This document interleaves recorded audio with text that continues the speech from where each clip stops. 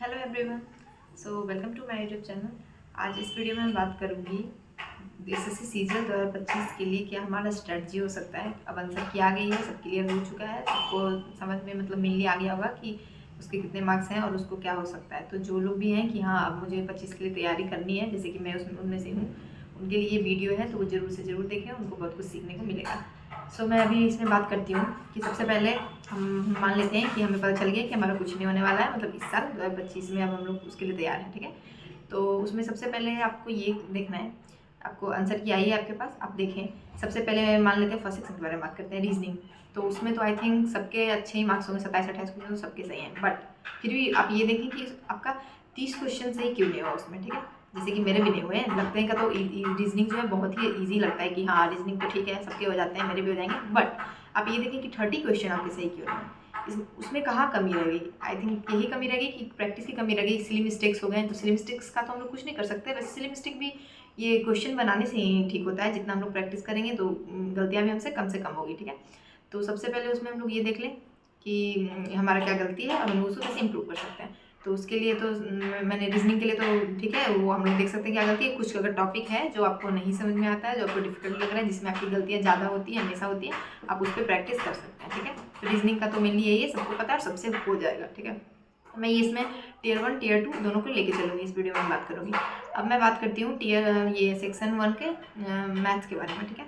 तो मैथ का अभी तो मेरा खुद का प्रिपरेशन नहीं है, बट मैं इतना तो बता सकती हूँ कि मेरी क्या कमी है, मुझे क्या करना चाहिए, और जिनका भी मैथ थोड़ा वीक होगा या अभी जिनको स्टार्ट करना है उनको क्या करना चाहिए। तो मैथ के लिए तो सबसे पहले आप अपना सिलेबस कंप्लीट करें, ठीक है। जिनका भी सिलेबस कंप्लीट नहीं है, बहुत अच्छे से किसी भी टीचर से आपको जिससे समझ आए आपके लिए जो वही बेस्ट है, ठीक है।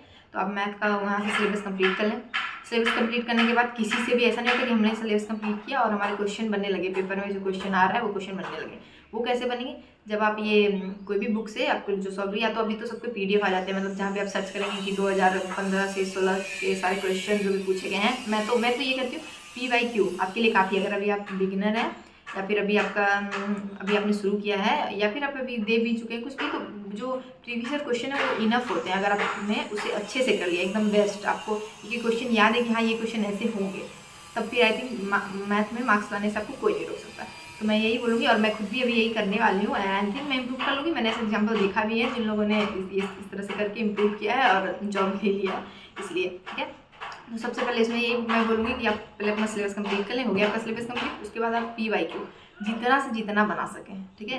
उससे क्या होगा, आपका टाइमिंग की भी बहुत प्रैक्टिस हो जाएगी कि आप कैसे कैसे, और अगर जो क्वेश्चन आपसे बन रहा है कि हाँ ये तो हमेशा बन रहा है, आप उसमें ये देखें कि आप कैसे उसमें टाइम बचा के कैसे उसको और शॉर्ट में बना सकते हैं, ताकि ये क्वेश्चन दिखे और आप बना लें, क्योंकि SSC में सब जो खेला है वो टाइमिंग का ही है।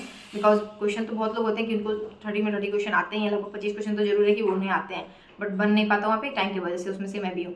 तो उसलिए आप जितना से जितना प्रैक्टिस करें। PYQ क्वेश्चन मैं बताऊंगी, अगर आपका फिर बहुत कंप्लीट हो चुका है सिलेबस, आपको सब कुछ आता है, फिर आप मॉक की तरफ जा सकते हैं कि मॉक के जो क्वेश्चन है और डिफिकल्ट वो बना सकते हैं। बट अगर आप बिगिनर है, आपके लिए वही बेस्ट है PYQ, जितना से जितना है।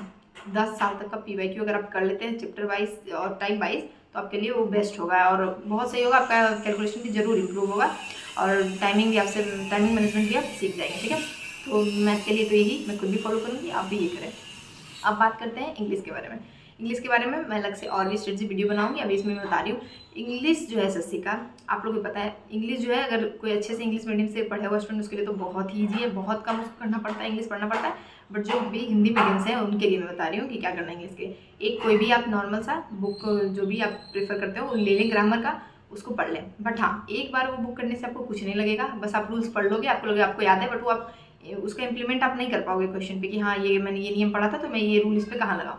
लेकिन अगर वही बुक आप जो भी आपका बुक है उसको अगर 2 बार 3 बार पढ़ लोगे तो वो इनफ है, आपको पूरा समझ में आ जाएगा, आपको खुद पता नहीं चलेगा वो इंग्लिश कैसे आपकी इंप्रूव हो गई। और आप उसमें मतलब प्री का बोलूँ तो 21 क्वेश्चन 23 एवरेज और एन एवरेज, और क्वेश्चन अगर आसान है तो आप 25 23 4 सब कर लोगे, बट लगभग 20 के प्लस ऊपर तो आप कर ही लोगे इंग्लिश में, अगर आपने ग्रामर का बुक लिया उसको एक बार पढ़ा और 2 बार कम से कम रिवाइज किया।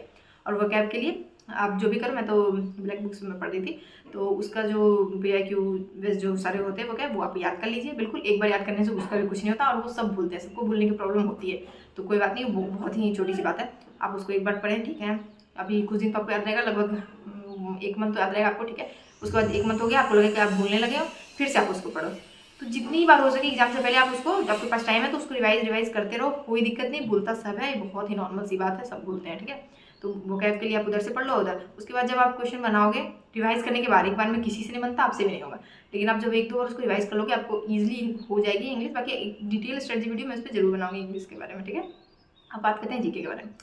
सो जीके का तो आप जितना पढ़ ले वो ख़त्म तो हो नहीं सकता, बट फिर भी हम कोशिश करेंगे कि हाँ, क्योंकि अगर आपको जॉब चाहिए तो बिना जीके कम पढ़ के भी आप कर सकते हो, बट अगर आपको रैंक चाहिए, अच्छा मार्क्स लाना है, अच्छा पोस्ट चाहिए, तो उसके लिए आपको जीके भी अच्छे से करना पड़ेगा, ठीक है। तो मैंने तो जीके लूसेंट से किया है, वो मैंने कैसे पढ़ा, किस तरह से मैंने उसको कंप्लीट किया, और आपको उसके लिए बहुत मोटिवेशन चाहिए कि हाँ ये मुझसे हो जाएगा और मुझे याद रहेगा, तो वो मैंने कैसे किया, मैं उसके लिए भी बिल्कुल एक डिटेल वीडियो बनाऊंगी। अभी मैं एक रफ आइडिया दे रही हूँ कि कोई भी आप बुक ले ले, मुझे तो बेस्ट लगता है, आप टीचर से भी पढ़ सकते हो, but self study I think best होता है, बिकॉज आप उसको आप कॉन्फिडेंस आता है, अगर उससे आपका क्वेश्चन बनेगा ना तो आपको लगेगा कि वाह मैंने जो पढ़ा एकदम सही पढ़ा, मतलब कोई डाउट नहीं होगा, टीचर्स पे डाउट हो जाए, बट आपने जो पढ़ा ना, स्टार्टिंग में मुझे भी ऐसा था कि मैं जब जीके पढ़ रही थी, जब पीवाई को देख रही थी, अरे मेरे से तो बन नहीं रहा, लेकिन जब आप उसको कंप्लीट कर लेते हैं फिर उसका भी वही है, जितनी बार आप रिवीजन करोगे आपको उतना उसमें नया कुछ समझ में आएगा, और वो नया नया आपको याद होगा कि हाँ ऐसे है, ये चीज़ तो मैंने उस टाइम ध्यान नहीं दिया था, अभी आपको याद होगा। तो जीके के लिए कोई भी एक आप बुक लो, ये वन लाइनर बुक बिल्कुल नहीं, मतलब जो डिटेल में पूरा बुक हो, एक थ्योरी वाली जिसमें सारे बुक आ जाते हैं, जैसे मैंने लूसेंट प्रेफर किया, ठीक है।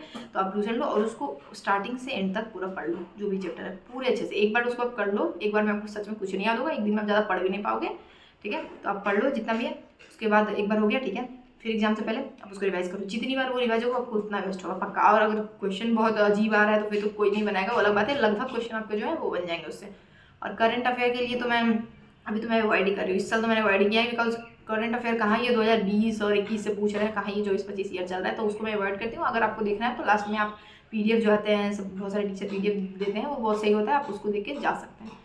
सो अभी आप लोग, अभी तो बहुत डिस्टर्ब होगा आपका माइंड, बिकॉज अभी तो खुद भी मैं भी नहीं पढ़ा है, अब आपको भी लग रहा होगा कि नहीं अभी कैसे, थोड़ा दिन रेस्ट, अभी बिल्कुल आप 1-2 दिन का एकदम अच्छे से रेस्ट ले लीजिए, कोई जल्दी नहीं है। उसके बाद जब पढ़िए तो बेस्ट अपना दीजिए, और एकदम जिस तरह से मैंने बोला है, और आपको भी अगर कुछ आइडिया हो कि और इस तरह से उसको हम लोग कर सकते हैं तो कमेंट बॉक्स में जरूर बताएं, जो कि मेरे लिए हेल्पफुल होगा। मेरी तो यही स्ट्रेटजी रहेगी। तो इंग्लिश के आई थिंक मेरी बेस्ट स्ट्रेटजी है, जीके के लिए भी आई थिंक बहुत अच्छी है, और रीजनिंग भी तो हो ही गई है, बस उसकी प्रैक्टिस की कमी है। मैथ के लिए मैंने ये बताया है, अगर आप लोग के पास कुछ और हो, मतलब अच्छा आइडिया हो कि हाँ इस तरह से और हम लोग इम्प्रूव कर सकते हैं। अभी कैलकुलेशन के लिए मैंने इस साल तो कुछ नहीं किया, बट आई थिंक सब लोग कैलकुलेशन के लिए कुछ ना कुछ करते हैं, सो मैं भी देखती हूँ कैलकुलेशन के लिए मैं क्या कर सकती हूँ। आप लोगों को कुछ आइडिया हो तो प्लीज़ कमेंट बॉक्स में जरूर बताएं कि मैं अपने कैलकुलेशन को कैसे स्ट्रॉन्ग और फास्ट कर सकती हूँ।